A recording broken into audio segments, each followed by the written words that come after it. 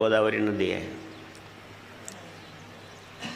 पूर्वेला किंवा उत्तरेला भगवान सर्वेश्वर आहे. शिवाय आणखीन ही तपस्थली आहे. भगवान श्रीराम या ठिकाणी तपश्चर्याच्या रूपानं काही वर्ष राहिलेले आहेत. अशी तपस्थली पाहिजे. श्रीमद भगवद्गीतेचा तुम्ही 6वा अध्याय वाचला, चिठ्ठी येते का 6वा अध्यायावर बोला. 6व्या अध्यायावर बोला ध्यानयोग आहे, आत्मयोग आहे.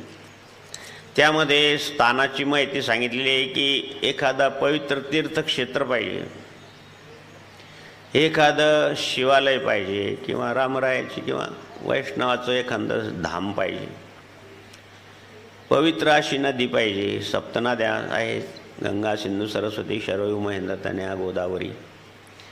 यापैकी एखाद्या पवित्र नदीचा तीर पाहिजे, काठ पाहिजे, तपस्थली पाहिजे. किती महत्त्वाचं भाग्य द्या हो, काय सांगाल पाहिजे. तुमचे भाग्यवान तुम्ही, तुमच्यासारखे परम भाग्यवान दुसरं कोण नाही. सद्गुरू जनार्दन स्वामींनी या आश्रमाची निर्मिती कशासाठी केली? हे तपस्थली इथे प्रभू रामचंद्र या भूमीमध्ये, आणि त्यावेळेस किती जंगल असेल लाख वर्षापूर्वी, फळपुष्पाने किती समृद्ध असेल ही भूमी. कुठंतरी त्या प्रभूचे सगळं बदल होईल, पण मातीमध्ये बदल होईल का? कुठंतरी त्यांचं रजचरण लागलेलंच आहे महाराज. आणि म्हणून द्या हो, ही तपस्थली आहे. आणि पवित्र अशी गोदामाई, दक्षिण गंगा गोदावरी म्हणलं हिला.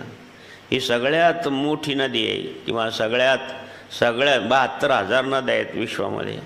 त्यापैकी सगळ्यात मोठी नदी किंवा मोठी बहीण गोदावरी आहे. म्हणून हिच्या कुंभमेळ्याचं क्षेत्र आहे. सद्गुरू जनार्दन स्वामींचे या ठिकाणी महानिर्वाण भूमी आहे.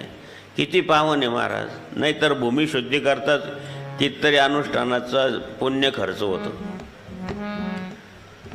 भूमी शुद्ध करावं लागते अनुष्ठानाला. इथं भूमी शुद्ध आहे महाराज. आणि गेले आपल्याला जर 4था कुंभमेळा, 4था कुंभमेळा झाला, 5वा कुंभमेळा असेल, किती अन्नदान झालं, किंवा लग्नाच्या निमित्तानं, प्रदोषच्या निमित्तानं, वेगवेगळ्या अनुष्ठानाच्या आणि निमित्तानं किती आनंद. ज्या भूमीवर अन्नदान होतं आणि त्या पतवळ्या जिथपर्यंत जातात तिथपर्यंत त्या भूमीचा दोष निघून जातो. मी सांगत नाही, काही पुराणात सांगितलेलं आहे.